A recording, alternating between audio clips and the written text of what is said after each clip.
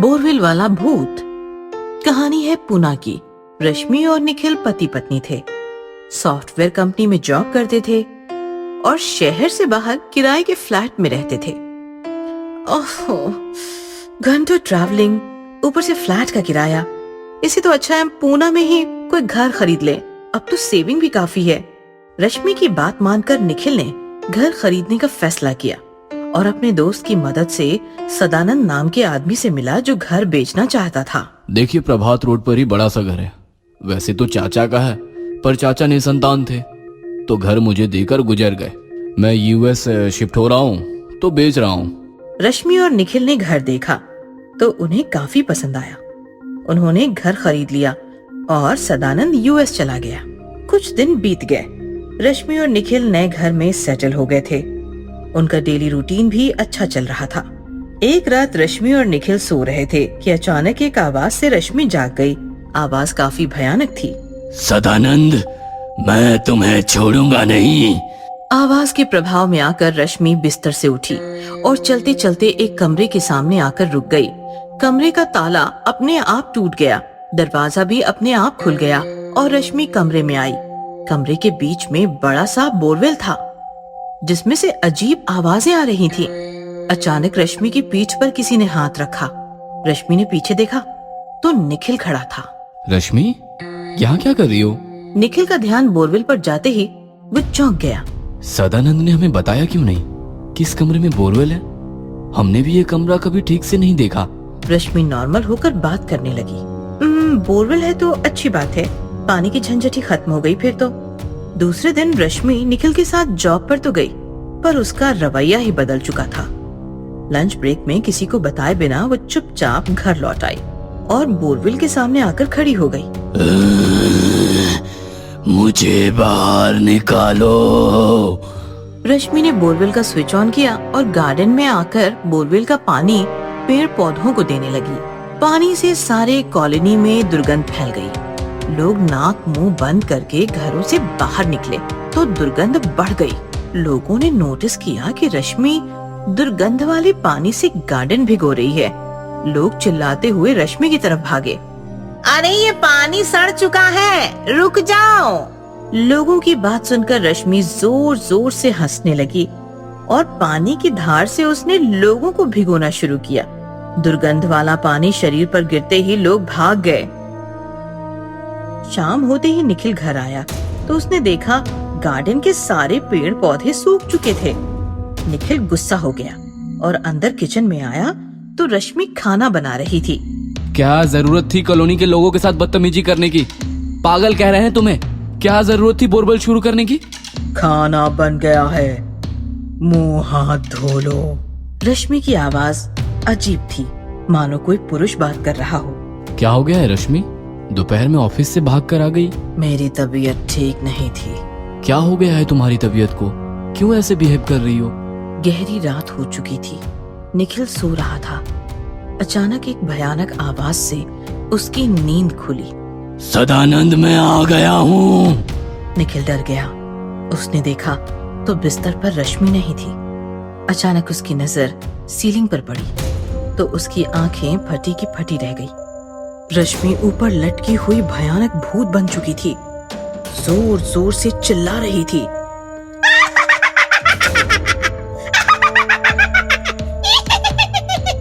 मैं आ गया हूँ सदानंद, मैं तुम्हें मार दूंगा।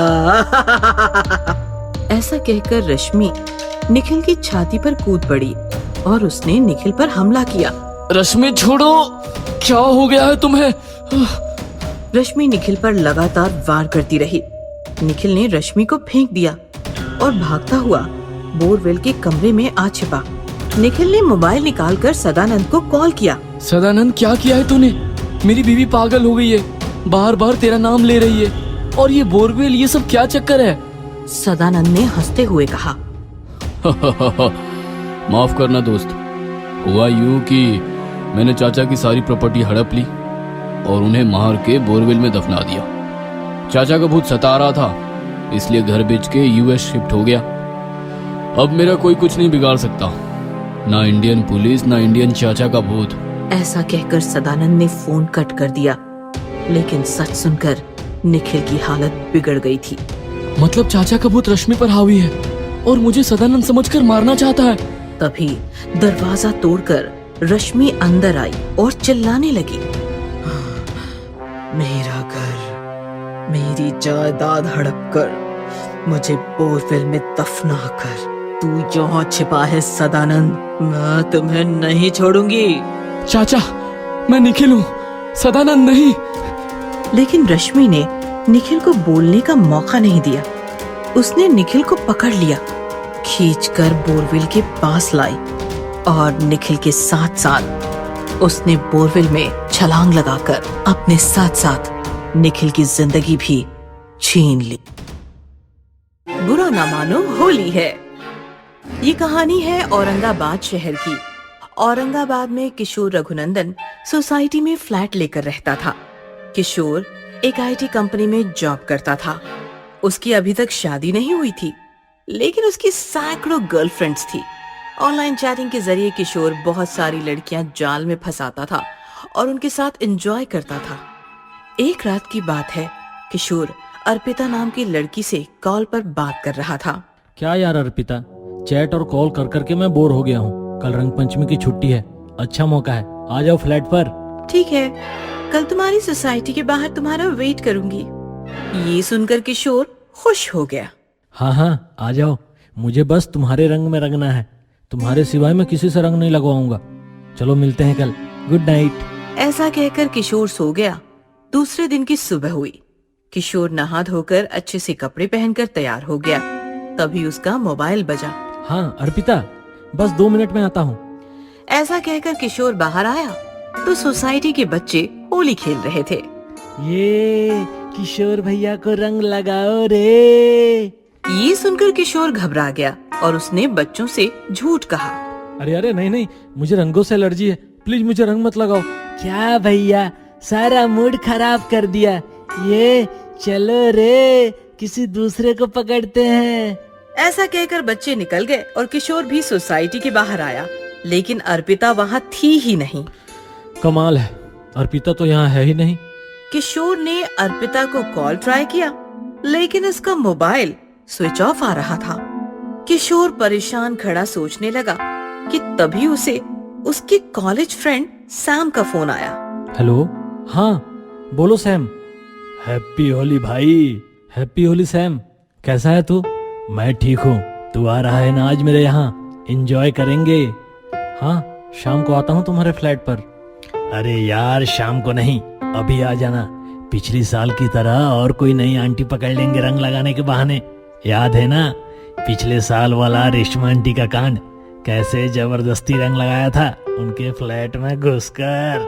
वो कैसे भूल सकता हूँ यार, कितना जोरदार चाटा पड़ा था मुझे। वैसे वो रेशमा है कहाँ? उस दिन के बाद जैसे गायब सी हो गई। किशोर ऐसा बोल ही रहा था कि अचानक कॉल कट हो गया। किशोर ने दोबारा सैम का नंबर ट्राई किया, लेकिन सैम का मोबाइल स्विच ऑफ था। अब इससे क्या हो गया? तभी अचानक किशोर की पीठ पर किसी ने हाथ रखा। किशोर झट से पीछे मुड़ा तो पीछे अर्पिता खड़ी थी। क्या यार अर्पिता, कितना डर गया मैं। कहाँ गायब थी तुम?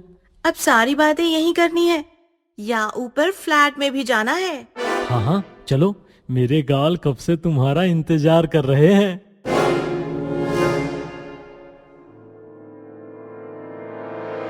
ऐसा कहकर दोनों लिफ्ट से होते हुए फ्लैट के अंदर पहुंच गए। तुम्हारी पिचकारी तैयार है ना? आज जमकर होली खेलनी है हमें। ये सुनकर किशोर उतावला बन गया और अर्पिता की तरफ बढ़ने लगा कि तभी उसका मोबाइल बजा। यह सैम भी ना। एक मिनट अर्पिता। हाँ सैम बोल। व्हाट? कब? कैसे? किशोर ने जब कॉल कट किया तब वो काफी सदमे में था। क्या हुआ? अर्पिता, मैंने तुम्हें सैम के बारे में बताया था ना, उसकी सोसाइटी से कॉल था। सैम का मर्डर हो गया है, पता नहीं कैसे। 5 मिनट पहले तुमसे बातें कर रहा था वो। तभी अचानक किशोर के गाल पर जोर जोर से खुजली होने लगी और किशोर बेहाल हो गया। यह क्या हो रहा है यार, मैं वॉशरूम होकर आता हूँ।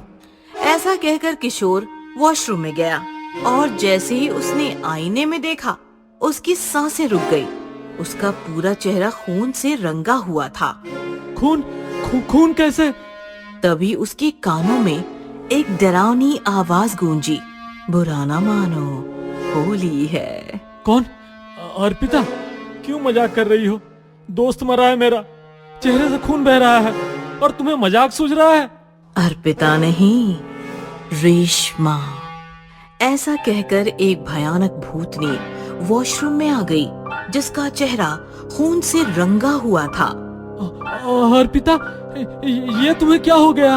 मैं अर्पिता नहीं, रेशमा हूँ, रेशमा। वही रेशमा जिसे 1 साल पहले सैम और तुमने मिलकर फ्लैट में घुसकर जबरदस्ती रंग लगाया था।